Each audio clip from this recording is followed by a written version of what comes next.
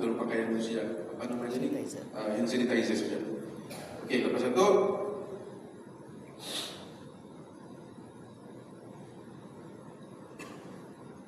ini juga yang tidak dibolehkan ini maksudnya di sini ini. Memakai mengikut cara kebiasaan ia dipakai. Kalau contoh baju kita ni kan, baju laki-laki ni ya. Laki-laki ni baju kita ni ketani macam apa, letakkan ia di bahu ketani jadikan selendang, adakah itu dikira sebagai memakai atau tidak? Ataupun ketani ikat, bukan ikat, apa namanya ni, seluar itu selalunya ketani sarung, tapi ini digunakan sebagai melilit saja, itu pun tidak dikira sebagai memakai. Paham? Kadang-kadang ada orang kata seluar itu diikat, bukan dia dipakainya, tapi dia kalau sekiranya seluar itu indah digunakan bukan pada kebiasaannya, maka itu tidak apa-apa. Bagi lelaki juga selipar. Selipar ini selipar cemana yang dibolehkan. Yang penting selipar yang dibolehkan ialah kasut langsung dah boleh tak? Selipar yang dibolehkan ialah menampakkan kaki, jari-jari di depan, lepas itu tumit di belakang. Itulah 2 perkara, dan buku lali 3 perkara. Itu saja. Jadi kalau sekiranya menutup juga, itu tekan nanti membayar fidyah. Ada lagi timbul soalannya semasa berihram itu, cuma kalau ihram itu panjang panar menutup batis, itu tidak jadi masalah. Kalau tidur kan, semasa tidur itu ketani kan berselimut, memakai selimut selimut batis. Ada orang ni, Ustaz, jadi malam ku tidurnya sajuk, lupa nampak, anunya, dia dapat tutup batis kannya, sekali, dia tak menutup batisnya. Apa kita tutup selimut selimut badan, batis ku biarkan membuka sajuk gitu. Tapi sebenarnya boleh, dia jadi masalah. Dia jadi malah cukup bisa untuk yang untuk angin. Ya tak, itu boleh ditutup, tapi janganlah habis kita pakai stukin, itu tidak boleh. Okay?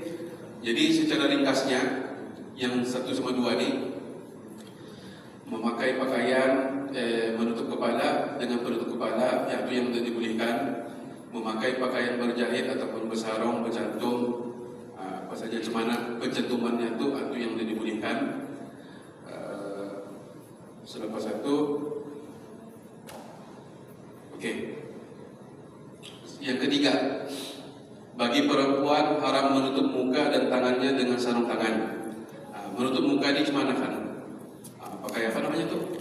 Cadar, apa namanya tu? Niqab. Ini cadar itu bahasa Indonesia. Niqab, cadar ini kalau katanya apa namanya ni? Lapik, tilam. Tapi apa tu yang tidak dibolehkan ataupun mask menutup muka. Dan ini pun hijau sama. Yang dimaksudkan di sini ialah menutup muka dengan penutup muka. Pikirkan macam mana penutup muka itu. Okey. Yang keempat, bau-bauan hanya dibenarkan sebelum berniat ihram. Selepas itu penggunaannya pada badan, pakaian atau melalui makanan, minuman, hidung adalah dilarang. Okey. Ini pun di ini selalu timbul persoalan yang keempat tadi. Semasa disunatkan sebelum berihram, harum-harumannya, suatu disebut di sana, bau-bauan hanya dibenarkan sebelum berniat ihram, disunatkan. Selepas itu penggunaannya pada badan, pakaian atau melalui makanan, minuman, hidung adalah dilarang. Okey. Bau-bauan ataupun harum-haruman yang dimaksudkan di sini ialah harum-haruman yang pada kebiasaannya digunakan untuk berharum-haruman. Paham? Haruman yang pada kebiasaannya digunakan untuk berharum-haruman. Bukan asal berbau harum, itu sudah tu.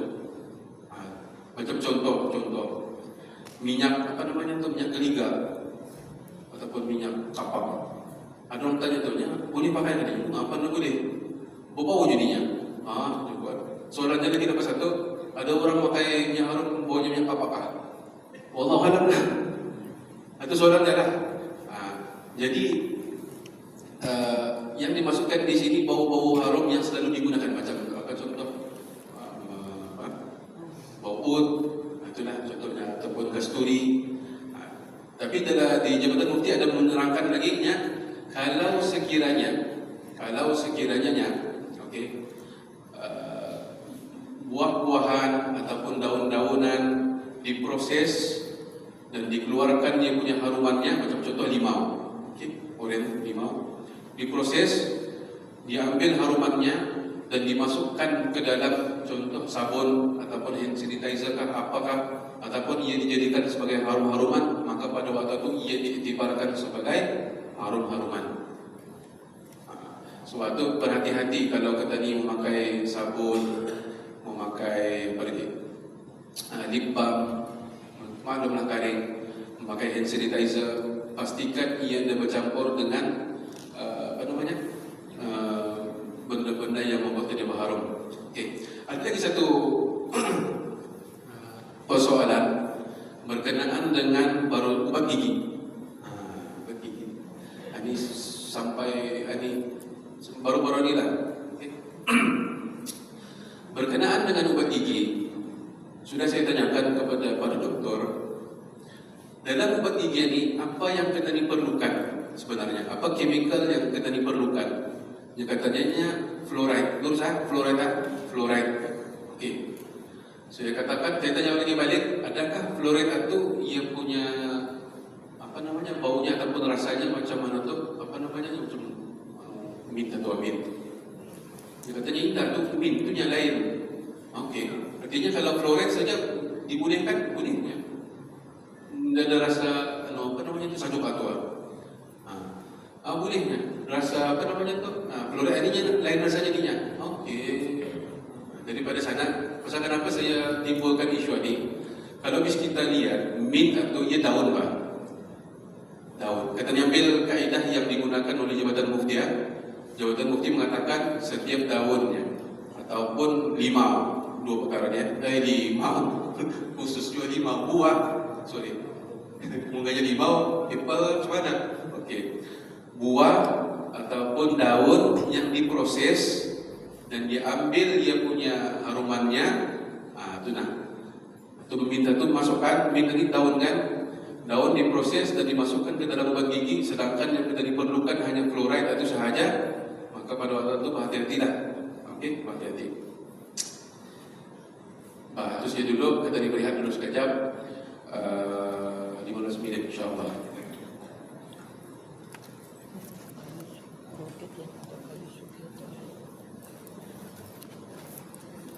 Ustaz,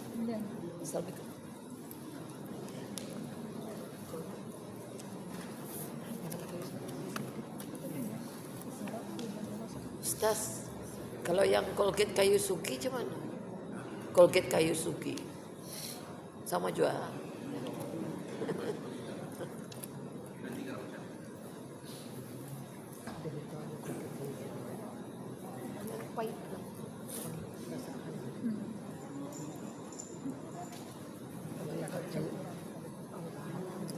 Berhenti. Semua ada macam apa di atas ke bawah boleh.